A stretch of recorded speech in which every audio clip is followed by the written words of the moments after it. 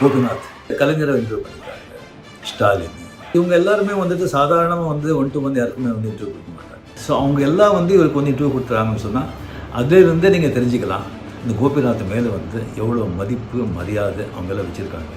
And ஜெயகாந்தர்கள்லாம் வந்து interview பண்ணுறதுல சாதாரண விஷயம் கிடையாது.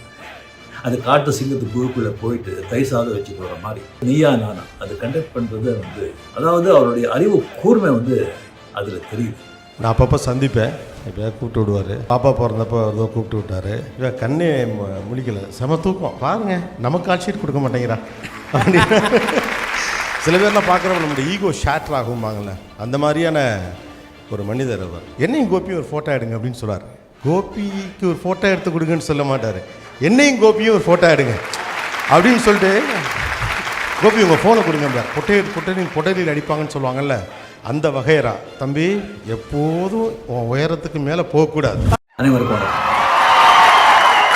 டிவி பார்க்குற எல்லா தமிழ் மக்களுக்கும் கோபிநாத் அவரை பற்றி தெரியும். அவர் வந்து ஒரு எழுத்தாளர், ஒரு பேச்சாளர், அண்ட் நிறைய பேர் வந்து இன்டர்வியூலாம் எடுத்திருக்காங்க. அப்படி இருந்தால் கூட அவர் வந்து ஒரு ஆங்கராக தான் எல்லாருக்குமே தெரியும். அவர் வந்து கலைஞரை இன்டர்வியூ பண்ணியிருக்காங்க, ஸ்டாலின், ஜோசார், நம்ம சுஜாதா அண்ட் ஜெயகாந்தர். ஸோ இவங்க எல்லாருமே வந்துட்டு சாதாரணமாக வந்து 1 to 1 யாருக்குமே வந்து இன்டர்வியூ கொடுக்க மாட்டாங்க. இன்டர்வியூ கொடுக்கறதுக்கு முன்னால் வந்து யார் அவன் தெரிஞ்சு அவனுடைய பேக்ரவுண்ட் என்ன, அவனுடைய திறமை என்ன, அவனுடைய ரெப்புடேஷன் என்ன அப்படின்னு தெரிஞ்சுக்கிட்டு தான் அவங்க வந்து கம்ப்ளீட்டாக வந்து பேட்டியே கொடுப்பாங்க. ஸோ அவங்க எல்லாம் வந்து இவருக்கு வந்து இன்டர்வியூ கொடுத்துறாங்கன்னு சொன்னால் அதிலிருந்தே நீங்கள் தெரிஞ்சுக்கலாம் இந்த கோபிநாத் மேலே வந்து எவ்வளோ மதிப்பு மரியாதை அவங்கெல்லாம் வச்சுருக்காங்க அப்படின்னு சொல்லி. அது வந்து அவர் 25 வருஷமாக அதுதான் வந்து கோபிநாத் வந்து சாதனை பண்ண ஒரு பெரிய விஷயம்.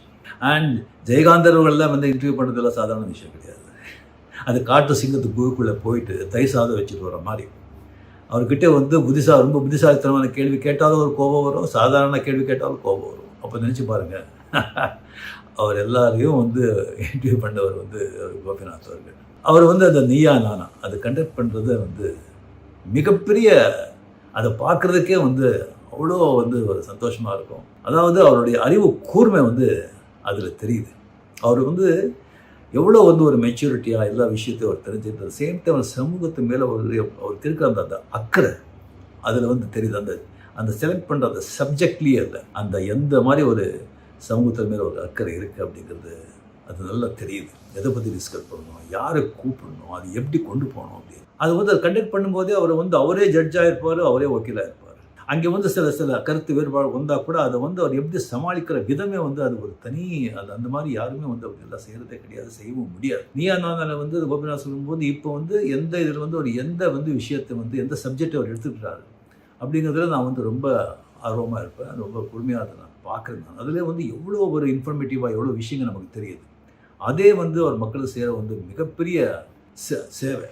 அது எல்லாத்தையும் வந்து நீயா நானாங்க பார்த்தீங்கன்னு சொன்னால் அவ்வளோ ஜாம்பவான்களை வந்து சும்மா சாதாரண ஆளுங்களை கூப்பிட மாட்டாங்க, அந்த மாதிரி விஷயம் தெரிஞ்ச ஆளுங்களை கூப்பிடுவாங்க. அவங்க எல்லாம் பேசின பிறகு கன்க்ளூசிவாக இவரை வந்து அவருடைய கருத்தை சொல்லுவாங்க. அதில் வந்து நீங்கள் தெரிஞ்சுக்கலாம் அவருடைய பாண்டித்யம் என்ன, அவருடைய மெச்சூரிட்டி என்ன அப்படிங்கிறது. ஸ்பான்டேனியஸாக இதெல்லாம் வந்து ஒரு சாதாரண விஷயம் இல்லை.